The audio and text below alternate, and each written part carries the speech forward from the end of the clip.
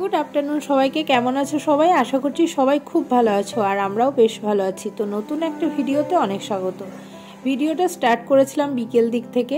আকাশে প্রচণ্ড মেঘ করেছে, দেখতেই পারছো, আর ছাদে জিনিসপত্র তুলতে এসেছি আমি। প্রচুর হাওয়াও দিচ্ছে। আর চলো ব্লগটায় কি শেয়ার করছি সব কিছুই দেখতে থাকো। এক কথায় বলা যায় জগা খিচুড়ি ব্লগ এটা। কারণ কি বলো তো, এই ব্লগের মধ্যে তোমরা অনেক কিছুই দেখতে পারবে।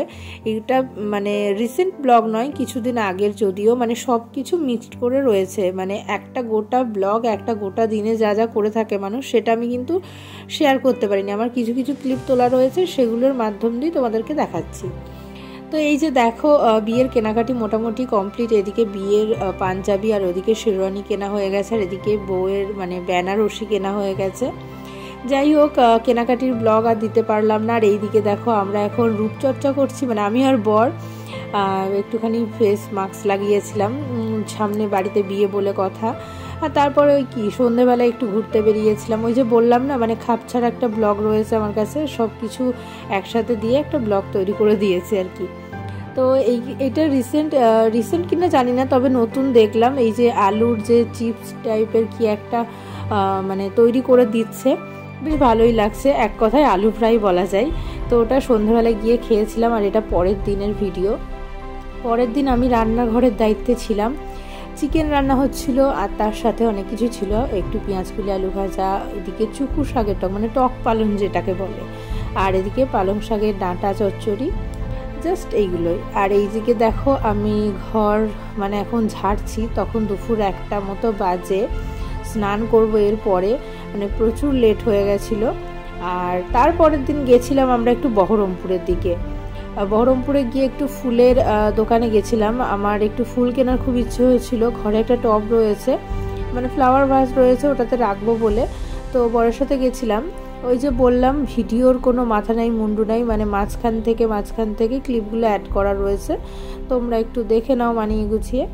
তো বহরমপুরে এই দুটো ফুলের দোকানের সন্ধানই পেয়েছি, খুবই ভালো, মানে প্রচুর ফুল রয়েছে কালেকশন। আমি ফার্স্টে ভেবেছিলাম সানফ্লাওয়ার নেবো, কিন্তু না নিয়ে ওইটা কি ফুল জানি না, মনেও নাই ঠিক, তো ওই ফুলটা নিয়েছিলাম।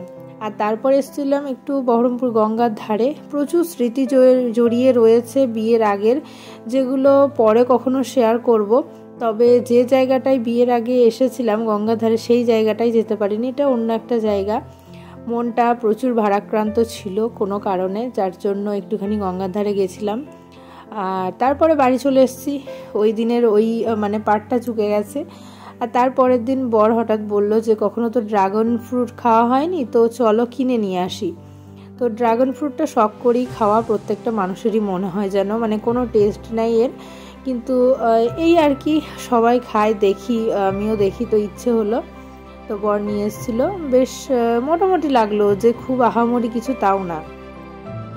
আর এই যে সন্ধেবেলায় বসে গেছিলাম আমরা তত্ত্ব সাজাতে, কারণ বাড়িতে তো সামনেই বিয়ে, যারা আগের ব্লগ দেখেছো তারা বুঝতে পেরেছো।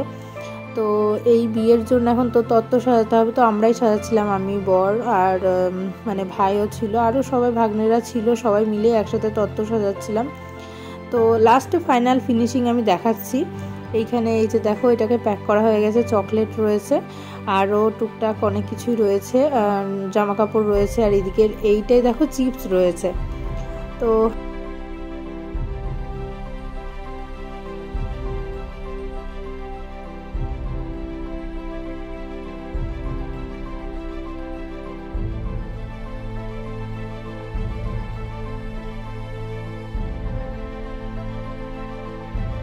তত্ত্ব সাজানো মোটামুটি কমপ্লিটের দিকে। আর এই দুটো নৌকা আমি বানিয়েছি, মানে চেষ্টা করছিলাম, বাট ঠিকঠাক হচ্ছিল না। শাড়ি দিয়ে বানানো ছিল, মানে শাড়ি ঠিকও নয়, মানে পার্ট ওড়না টাইপের, তো ওইগুলো দিয়েই বানিয়েছি। যাই হোক, সব কিছু ফিনিশিং কমপ্লিট। এই যে দেখো, সাজানো হয়ে গেছে, আর এইটা হচ্ছে ট্রলিটাও সাজানো হয়ে গেছে।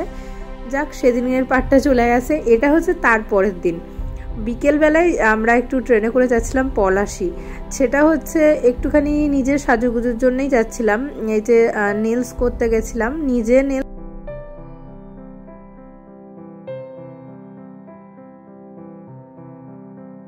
আর এই এইটা হচ্ছে আইবুড়ো ভাতের দিন সকালবেলা, এখন 8:30 মতো বাজে, আর ঘরটার গোছানো হয়ে গেছে, আমার স্নানও হয়ে গেছে। তো এই শাড়ি সায়া ব্লাউজটা দিয়েছিল আমাকে ওই যে আইবুড়ো ভাত রান্নার জন্য। আর এই যে দেখো মেহেন্দি পরেছি, তো কালার হয়ে গেছে, গতদিন রাতেই পরেছি, ওর ভিডিও নিতে পারিনি, মানে এত বিয়ে বাড়িতে এত খিচিবিচি ব্যস্ত, তার মাঝখানে ভিডিও নিতে পারিনি। আরও অনেক বিশেষ বিশেষ কারণের জন্য আমি ভিডিও করতে পারিনি, তো সেগুলো নাইবা আমি ভিডিওর মাধ্যমে বললাম, সেগুলো আশা করি সবাই যারা আমার ভিডিও দেখে সবাই অলরেডি জানে। যাই হোক, তো এইদিকে দেখো অনেকটা বেলা করেই শুরু করেছিলাম, ভাজাভুজিগুলো হয়ে গেছে, আর এখানে আর একটা ভাজাভুজি হবে, তার জন্য রেডি করছিলাম। আর এইদিকে আমার সব কিছু রান্না কমপ্লিট, আমি এখন সাজিয়ে গুছিয়ে দিচ্ছিলাম কাঁসার থালাতে আর কি। আর শুধু মানে আইবুড়ো ভাত ভাইয়ের হবে, তার সাথে যে কুল বর রয়েছে তার জন্য খাবার রেডি করছিলাম আর কি, দুটো থালা একসাথেই সাজাচ্ছিলাম। তো কেমন সাজিয়েছি চলো তোমাদের সাথে শেয়ার করছি। এই হচ্ছে ডেকোরেশন, মানে দুটো থালার সব কিছু আলাদা আলাদা জিনিসপত্র রয়েছে।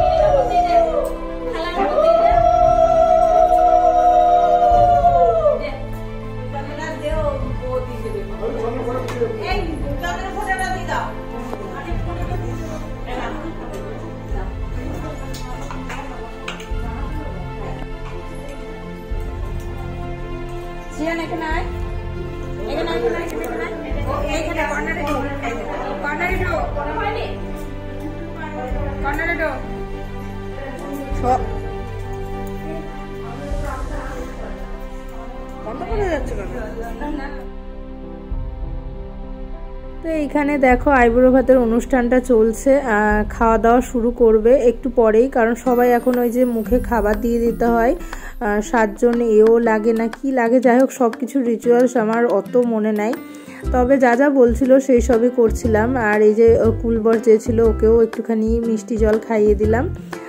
আর এই আর কি টুকিটাকি ভিডিও তোমাদের সাথে কিছু শেয়ার করি চলো।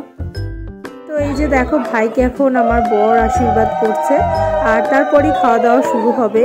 আর কি জানো তো, কিছু কিছু কারণের জন্য ভিডিওগুলো করতে পারিনি, খুবই ইচ্ছে ছিল যে বিয়ের পুরো বিয়ের একটা ভালো ব্লগ তৈরি করব, মানে বিয়ের কদিন জুড়ে, কিন্তু সেটা আমার মানে ইচ্ছেটা একদমই পূরণ হয়নি। কিছু কিছু জিনিস না চাইলেও ঘটে যায়, আর কিছু কিছু জিনিস চাইলেও কিন্তু হয় না, সেটাই হয়েছে।